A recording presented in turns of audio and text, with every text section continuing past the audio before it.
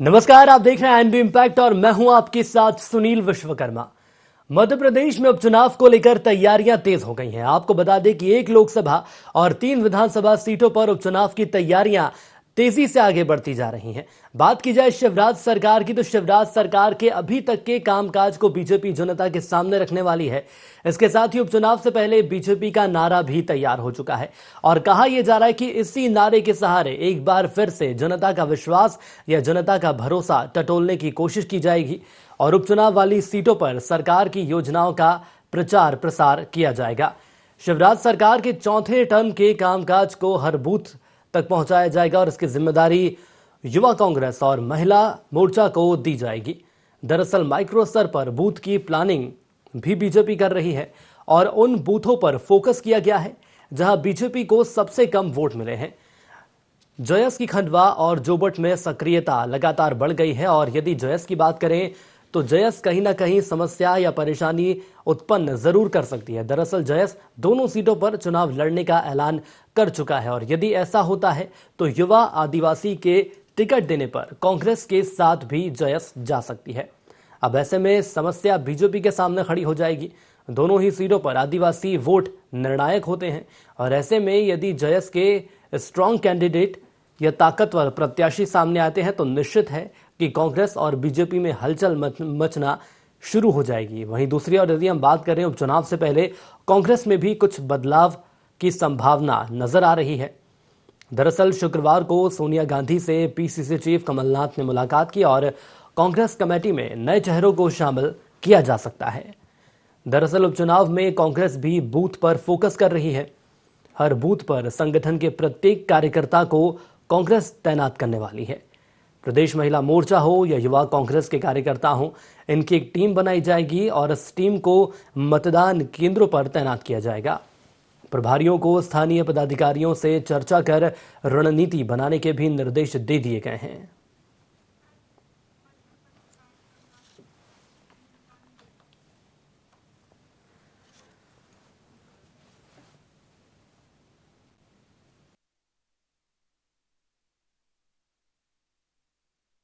संगठन जब चुनाव लड़ता है तो संगठन के चुनाव में सभी लगते हैं।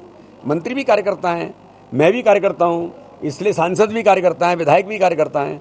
तो पहले हम भारतीय जनता पार्टी के कार्यकर्ता हैं, उसके बाद हम मुख्यमंत्री हैं, उसके बाद हम सांसद हैं, उसके बाद हम विधायक हैं, उसके बाद हम मंत्री हैं। तो इसलिए कार्यकर्ता के नाते से सभी काम में लगते हैं, तो उस काम में सबकी अपनी भूमिका है। तो आपको बता दें कि भाजपा और कांग्रेस ने उपचुनाव को देखते हुए तैयारी शुरू कर दी है और आगामी चुनाव दोनों ही पार्टियों के लिए प्रतिष्ठा का सवाल बना हुआ है और इसी पर आज हम बातचीत करेंगे। हमारे साथ वरिष्ठ पत्रकार प्रकाश हिंदुस्तानी जी जुड़ चुके हैं। प्रकाश जी, बहुत स्वागत है आपका 24 में। प्रकाश जी, यदि मेरी आवाज आप तक पहुंच रही है तो मैं सबसे पहले आपसे समझना चाहूंगा, खंडवा लोकसभा और 3 विधानसभा सीटों के लिए उपचुनाव के लिए कांग्रेस की तैयारी शुरू हो चुकी है, लेकिन दूसरी ओर यदि हम बीजेपी की बात करें तो बीजेपी शिवराज सरकार भरोसा बरकरार नारे के साथ एक बार फिर से उपचुनाव में उतरने वाली है। लेकिन बड़ा सवाल यह है कि आखिर जनता का कितना भरोसा शिवराज सरकार के साथ।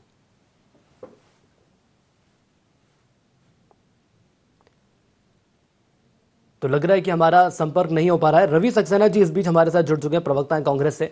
रवि सक्सेना जी, बहुत स्वागत है आपका 24 में।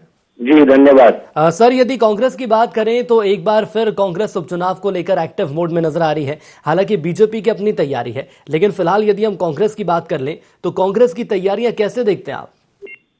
तो देखिए, माननीय कमलनाथ जी ने जो है यूथ कांग्रेस, एनएसयूआई, महिला कांग्रेस, किसान कांग्रेस, जो हमारे सारे मोर्चा संगठन हैं और SC/ST प्रकोष्ठ जो है और जो हमारे अल्पसंख्यक विभाग है, सभी में हमने नियुक्तियां कर दी हैं और सभी को उनके कार्य सौंप दिए हैं और उसका एक एक प्रभारी भी बना दिया है जो कोऑर्डिनेट करेगा इन सब बूथ वाइज एक एक बूथ को कि वहां पर कितने जातिगत समीकरण हैं, किन समीकरणों के अंतर्गत वहां वोटिंग होती है और पिछले बार कांग्रेस पार्टी को वहां कितना वोट मिला था और उसमें कम वोट मिला तो उसका क्या कारण रहे।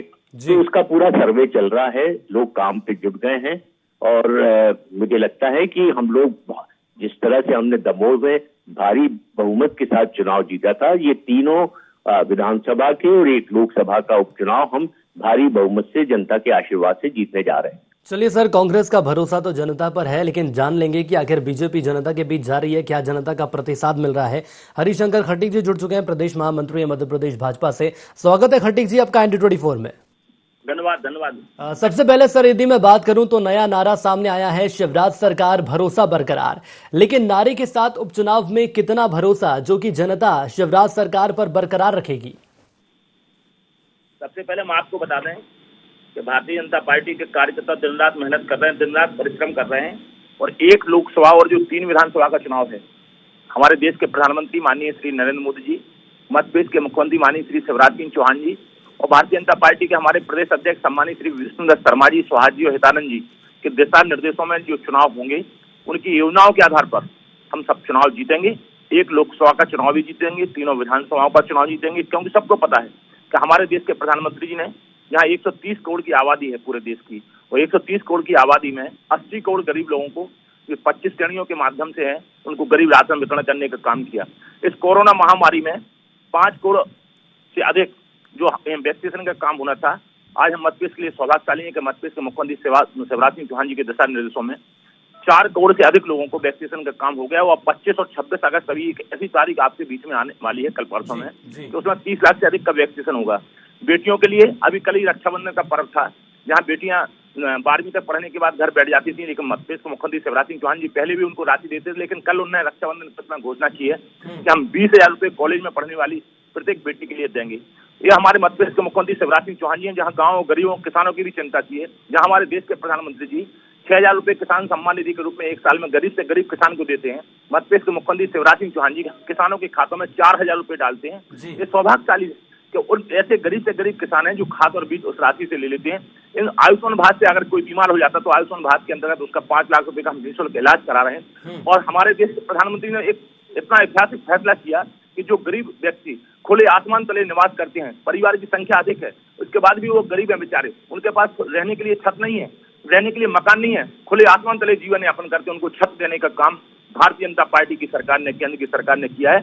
ये ऐतिहासिक फैसला, इन फैसलाओं के आधार पर कई हमारे युवा साथी जो बेरोजगार हैं उनको रोजगार नहीं मिल पा। तमाम आपने बातें मुझे बता दी हैं, तमाम आपने योजनाएं मुझे गिना दी हैं जो जनता के बीच जारी है, लेकिन सवाल ये सामने आ रहा है कि ये तमाम योजनाएं पहले भी थी, लेकिन उसके बावजूद भी दमोह का यदि हम बात करें तो दमोह का रण जो है वो कांग्रेस के पक्ष में चला गया।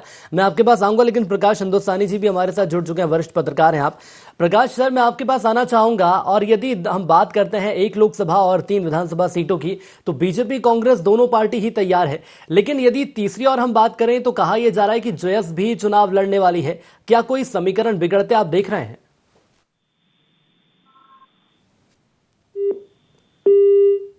चलिए, लग रहा है प्रकाश जी से संपर्क हमारा नहीं हो पा रहा है। रवि सक्सेना जी, मैं एक बार फिर आप ही के पास आना चाहूंगा। आपने सर खटीक जी को सुना होगा, तमाम उन्होंने ऐसी बातें बता दी हैं, योजनाएं बता दी हैं, सौगातों का पिटारा जनता के लिए खोल दिया है। क्या इसका आगामी चुनावों पर असर देखने को मिलेगा?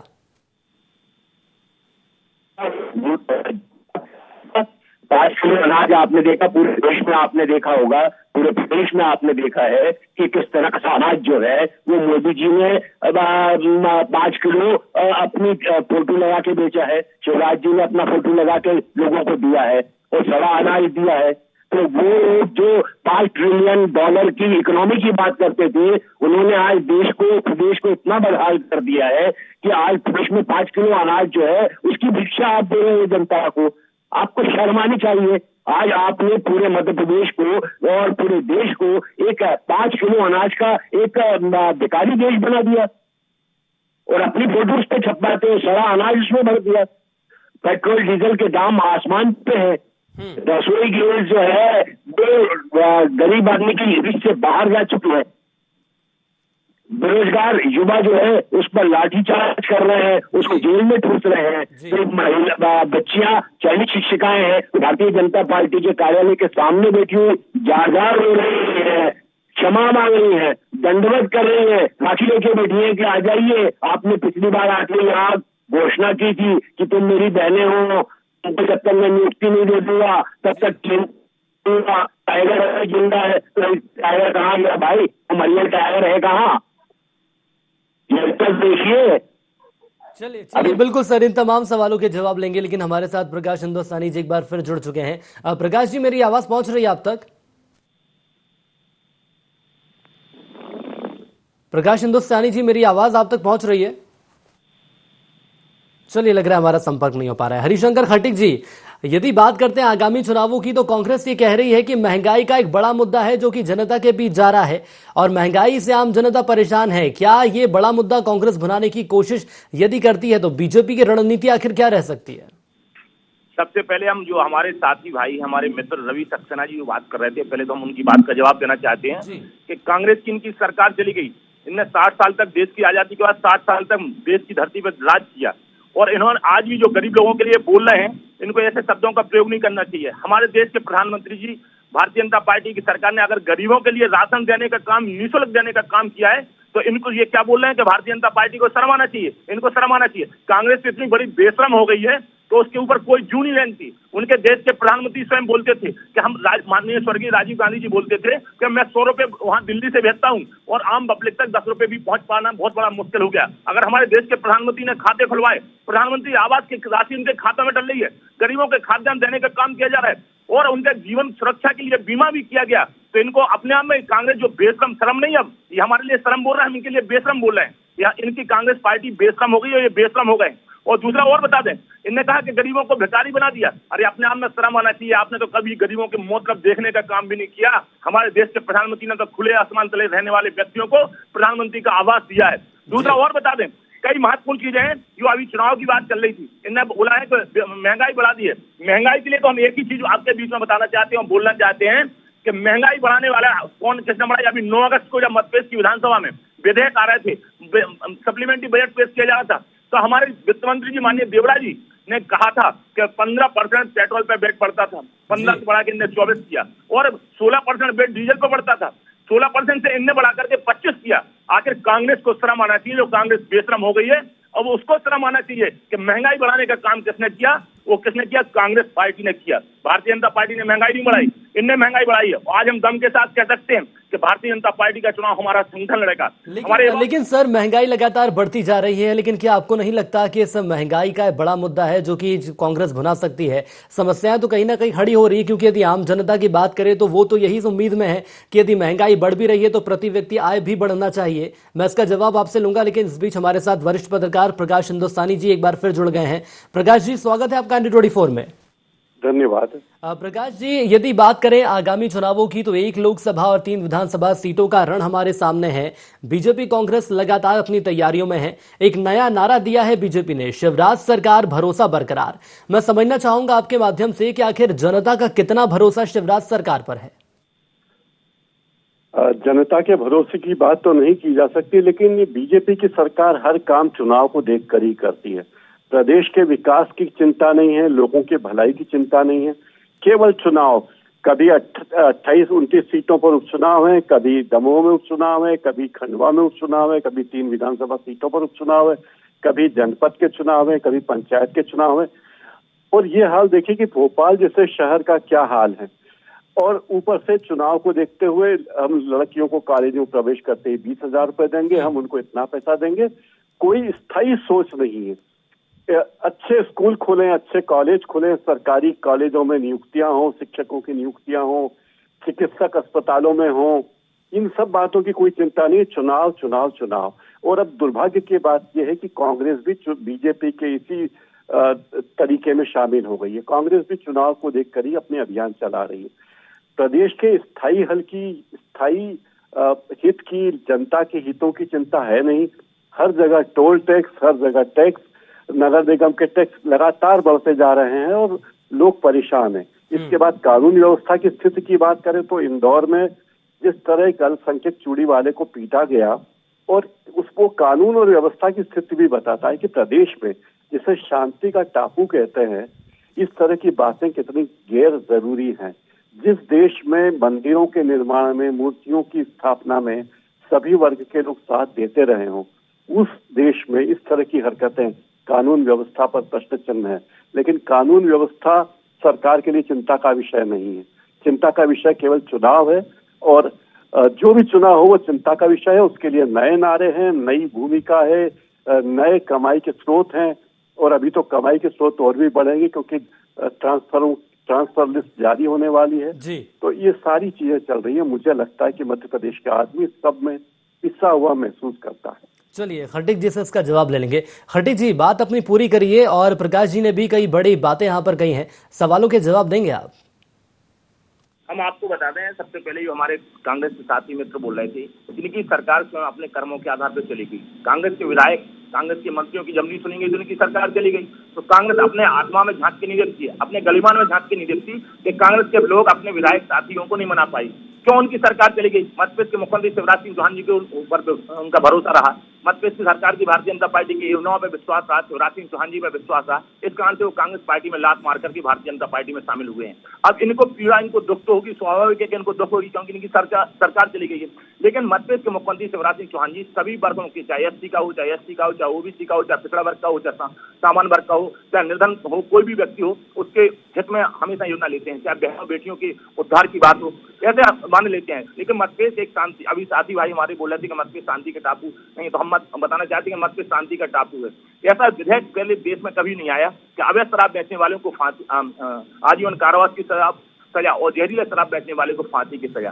लेकिन ये बात तो लेकिन खटीक साहब माफी के साथ रोकना चाहूंगा मैं आपको, जो मैं सवाल करने वाला हूं ये सिर्फ मेरा नहीं, जनता का भी सवाल है। अवैध शराब को लेकर कई मौतें भी हुई सर, उसके बाद ये बड़ा फैसला लिया गया। हाँ, तो सरकार, इसके पहले भी सरकार स्ट्रिक्ट थी, जब और देखा कि ऐसी स्थिति बढ़ती चली जा रही है तो सरकार ने ऐसा कठोर फैसला लिया। इनको सम्मान करना चाहिए इस कठोर फैसले का। जब मध्य प्रदेश की विधानसभा में विधेयक आ रहा था तो ये बहिर्गमन करके क्यों भाग गए? इनने अनुसूचित जाति के लोगों को पहले ठगने का काम किया, जनजाति के लोगों को ठगने का काम किया, फिर पिछड़ा वर्ग को ठगने का काम किया। अगर ये आरक्षण देना चाहती तो ओबीसी साथी भाइयों को 14% से 27% बढ़ा करके देना चाहते थे, तो इनने कैबिनेट दायर क्यों नहीं की? क्योंकि इसमें तो स्टे हो जाता। लेकिन इनने स्टे को उसको चिंता नहीं की और इनने सिर्फ विधेयक पारित कर दिया, और सिर्फ अपनी फुलझड़ी दिखा दी अकेली, और बाकी परिणाम कुछ भी हो। बेचारे आज हमारे मध्य प्रदेश के मुख्यमंत्री शिवराज सिंह चौहान जी न्यायालय में इसके लिए संघर्ष कर रहे हैं। इन्हें अपना वकील खड़ा नहीं किया था। लेकिन हमारे जो उपचुनाव की बात चल रही थी, मैटर उपचुनाव का है, तो हम आपको बता दें कि भारतीय जनता पार्टी के कार्यकर्ता चुनाव लड़ते हैं और हमारे यहाँ युवा मोर्चा का गठन हो रहा है, पिछड़ा वर्ग मोर्चा का गठन हो रहा है, महिला मोर्चा का गठन हो रहा है, अनुसूचित जाति मोर्चा का गठन हो रहा है, अनुसूचित जनजाति मोर्चा का गठन हो रहा है, पिछड़ा वर्ग मोर्चा का गठन हो रहा है। 17 प्रकोष्ठों का भी गठन हमारे मध्य प्रदेश के हमारे भारतीय जनता पार्टी के प्रदेश अध्यक्ष जी ने किया है, सम्मानित वी डी शर्मा जी ने किया है। इससे बौखलाए हुए हैं कि इस संगठन के ऊपर। चलिए आखिर कितनी बौखलाहट है, रवि सक्सेना जी से समझ लूंगा। रवि सक्सेना जी, वाकई में बौखलाहट है, या ये कहा जा सकता है कि ये तमाम चीजें हमें दमोह के रण में भी देखने को मिली थी, जो कि हरिशंकर खटीक साहब कह रहे हैं, लेकिन उसके बावजूद परिणाम कुछ विपरीत रहा। तमाम चीजें आगामी चुनाव को लेकर भी कही जा रही है बीजेपी के द्वारा, लेकिन इस बार परिणाम किस ओर जाएगा? रवि सक्सेना जी, लगता संपर्क हमारा रवि सक्सेना जी से टूट गया है। प्रकाश हिंदुस्तानी सर, मैं आपके पास आना चाहूंगा, समझना चाहूंगा, मुद्दे तमाम है सर, लेकिन यदि एक बड़े मुद्दे की हम बात करें तो महंगाई तेजी से बढ़ती जा रही है। साथ ही साथ आपने जिक्र किया विकास का, तो विकास फिलहाल बीजेपी का यह मानना है कि लगातार किया जा रहा है, लेकिन यदि आम जनता की नजरों से देखें तो विकास उतना नहीं पहुंच पाया जितना होना चाहिए था। महंगाई का बड़ा मुद्दा आगामी चुनावों में देखने को मिल सकता है। प्रकाश जी, स्थिति दर्शाते नहीं है। उपचुनाव में जोड़ करना काफी आसान होता है क्योंकि पूरे प्रदेश में चुनाव नहीं है, और उपचुनाव में सत्तारूढ़ पार्टी के पास चूंकि आमतौर पर संसाधन ज्यादा होते हैं, मतदाताओं को बहलाने फुसलाने की स्थिति में सत्तारूढ़ दल ज्यादा आसानी से होता है। इसलिए आमतौर पर उपचुनाव आजकल सरकार, जिस पार्टी की सरकार है उसके पक्ष में आते हैं। तो ये बात राजनीतिक पार्टियां समझ गई है कि अब विकास के मुद्दे पर चुनाव लड़ना या जीतना शायद उतना फायदेमंद नहीं है, और वे अपने उद्देश्यों के लिए, अपने अल्पकालिक लक्ष्य के लिए कार्य करने लगी हैं सभी पार्टियां। और यही दुर्भाग्यपूर्ण स्थिति है कि मध्य प्रदेश को भले ही आप कुछ भी कहें कि शांति का टापू है, लेकिन कितना शांति का टापू है, उज्जैन इंदौर की घटनाओं ने बता दिया कि कितना शांति का टापू है। मध्य प्रदेश में सड़कें अमेरिका से अच्छी है, ये कितनी अच्छी सड़कें हैं, ये शिवराज सिंह चौहान ने अपने फैसलों से खुद बता दिया है। मध्य प्रदेश में महिलाओं की स्थिति क्या है, इस बारे में भी कुछ बोलने की बात नहीं। मध्य प्रदेश में कितने अपराध और महंगाई तो पूरा राष्ट्रव्यापी मुद्दा है, बेरोजगारी राष्ट्रव्यापी मुद्दा है। प्रदेश के मजदूर, आदिवासी मजदूर दूसरे राज्यों में काम करने के लिए जाते हैं और वहाँ परिवहन वाहनों में ट्रकों के ऊपर लद कर जाते हैं, दुर्घटनाएं होती है और हमारे प्रदेश के 16 मजदूरों की एक साथ मृत्यु हो जाती है। ये बताता है कि हमारे यहाँ रोजगार की स्थिति क्या है। शराब जैसे मुद्दे पर सरकार फैसला लेती है कि अब हर शराब के दुकान वाले को बिल देना होगा, लेकिन शराब के बारे में कोई स्थिति सरकार तय नहीं कर पाती। सबसे महंगी शराब यहाँ है, यानी जो शराब पीते हैं उनका भी शोषण हो रहा है और शराब के माफियाओं पर कोई सरकार का नियंत्रण नहीं। इतने सारे मुद्दे हैं, इतने सारे मुद्दे हैं, लेकिन आप देखेंगे बीजेपी के पास यही बात है कि विकास, फिर आएगा विकास, फिर आएगा विकास, हमारा विश्वास शिवराज पर, हम प्रदेश को नया रूप दे रहे हैं, प्रदेश को शांति का टापू बना रहे हैं, वही बातें हैं। क्या मध्य प्रदेश के मतदाता इन बातों से प्रभावित होते हैं या नहीं, ये आम चुनाव में पता चलेगा। वो दुर्भाग्य की बात है कि जब विधानसभा में चर्चा का मौका आता है तब कांग्रेस भी सत्तारूढ़ दल के साथ खड़ी हो जाती है और कहती है हाँ हमें बहस नहीं करनी। यानी कांग्रेस न सड़क पर लड़ना चाहती है न विधानसभा में लड़ना चाहती है। तो ऐसे में मध्य प्रदेश के लोगों का भविष्य मुझे लगता नहीं कोई बहुत अच्छा है और मध्य प्रदेश का विकास होगा तो चुनावी नजरिए से ही होगा, ऐसा मुझे लगता है। चलिए सर, रवि सक्सेना जी एक बार फिर हमारे साथ जुड़ चुके हैं। रवि जी, क्या कहना चाहेंगे यदि बात कर लेते हैं अब आगामी चुनावों की, और ऐसे में यदि मुद्दों की बात कर लें तो मुद्दों की कांग्रेस के पास कोई कमी नहीं है, लेकिन भुनाने के लिए रणनीति आखिर क्या रहेगी? और क्या ये कहा जा सकता है मुद्दे भुनाए गए, उसका असर हमें दमोह में देखने को मिला? नहीं, निश्चित रूप से कांग्रेस पार्टी जो है वो सड़क पर संघर्ष कर रही है, लगातार संघर्ष कर रही है। हमारे यूथ कांग्रेस, एनएसयूआई से लेके पूरी कांग्रेस पार्टी कटिबद्ध है, प्रतिबद्ध है भारतीय जनता पार्टी की वादा खिलाफी को उजागर करने के लिए। और जिस तरह से इनको इस मध्य प्रदेश की जनता ने सत्ता से बाहर सरकार बनाई है, इनका कार्यकर्ता आज जिस तरह से अपमानित हो रहा है, इनके नेताओं को जिस तरह से धकेला जा रहा है और गद्दार का सम्मान किया जा रहा है, निश्चित रूप से पूरे प्रदेश की जनता है। महंगाई से हाहाकार मचा हुआ है, बेरोजगारी अपने चरम पर है, चयनित शिक्षिकाएं जार जार रो रही हैं, उनको जेल में ठूसा जा रहा है।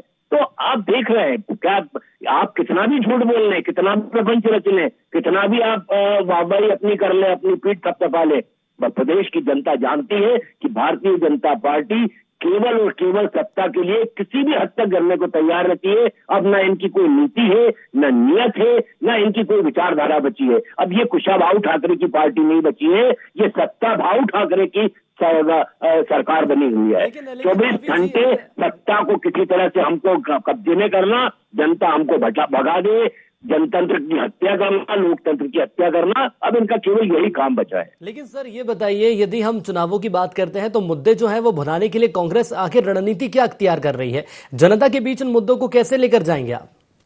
नहीं, देखिए आप देख रहे हैं निश्चित रूप से जहां जहां प्रॉब्लम हो रही है हम लोग जा रहे हैं, संघर्ष कर रहे हैं, हमारे कार्यकर्ता जा रहे हैं, उन पर लाठी का प्रहार किया जा रहा है, उनको जेल में बंद किया जा रहा है। पर कोई भी मैं समझता हूँ अभी 10-12 दिन पहले हमने कितना बड़ा आंदोलन किया जिसमें जयवर्धन को तक लाठी पड़ी है, और हमारे कार्यकर्ताओं को, हमारे नेताओं को जिस तरह से जेल में ठूसा गया, मैं खुद था उसमें, और सारे लोगों को जिस तरह से आज पुलिस का दमन सहन करना पड़ रहा है। हम लोग आज पूरी तरह से इस सरकार को, इसकी सरकार की जो नाकामियां हैं उनको उजागर करने के लिए कटिबद्ध है, प्रतिबद्ध है। चलिए सर, नाकामियों को उजागर करने के लिए पुस्तिका भी आपके द्वारा छपवाई गई है। खट्टिक जी से मैं इसका जवाब ले लूंगा। खट्टिक जी, कांग्रेस के द्वारा एक पुस्तिका तक छपवाई गई है सर, जो बीजेपी का कार्यकाल रहा है उसमें जो असफलता है वो जनता के बीच ले जाएगी पुस्तिका के माध्यम से। मध्य प्रदेश की जनता बहुत होशियार और बहुत समझदार है, और जो बात वो जानते हैं कि मध्य प्रदेश के मुख्यमंत्री शिवराज सिंह चौहान जी जो कहते हैं वो करके दिखाते हैं। हमारी भारतीय जनता पार्टी की नीति और नीयत अच्छी है, हमारी सोच अच्छी है। इनके 15 महीने की अभी सरकार बीच में, 15 सालों के बीच में 15 महीने की इनकी सरकार आ गई थी, तो इन्होंने 15 महीने की सरकार कैसे चलाई ये सबको पता है, पूरे मध्य प्रदेश की जनता को पता है। अपराधियों की बाढ़ आ गई थी, रिपोर्टें थाने में नहीं होती थी। 10 साल जब माननीय बंटाधार मुख्यमंत्री रहे उस समय तो SC ST के ऊपर और अन्य समाज वर्गों के ऊपर कितना दमन हुआ। थाने में अगर रिपोर्ट लिखवाने के लिए जाते थे तो रिपोर्ट भी नहीं लिखी जाती थी। NCR की रिपोर्ट देखिए, पहले अपराध कितने होते थे और आज की स्थिति में तमाम बदलाव तो आपके द्वारा किए गए, लेकिन वक्त मुझे इजाजत नहीं दे रहा है, इसलिए मैं चर्चा को आगे नहीं ले जा पाऊंगा। आप तीनों हमारे साथ जुड़े, इसके लिए आप तीनों का बहुत धन्यवाद। तो 1 लोकसभा सीट और 3 विधानसभा सीट पर उपचुनाव का बिगुल भले ही अभी नहीं बजा है, लेकिन सियासी दलों ने उपचुनाव की बिसात बिछाना शुरू कर दिए हैं, उस पर चालें चलना शुरू कर दी हैं। लगातार बीजेपी के द्वारा एक के बाद एक सौगातें दी जा रही हैं। तो दूसरी ओर यदि कांग्रेस की बात कर लें तो कांग्रेस का यह मानना है कि सदन से लेकर सड़क तक हमारी लड़ाई जारी है और आगामी चुनाव हमारे ही पक्ष में आने वाला है। और इसी के साथ IND इम्पैक्ट में इतना ही। दीजिए इजाजत, नमस्कार।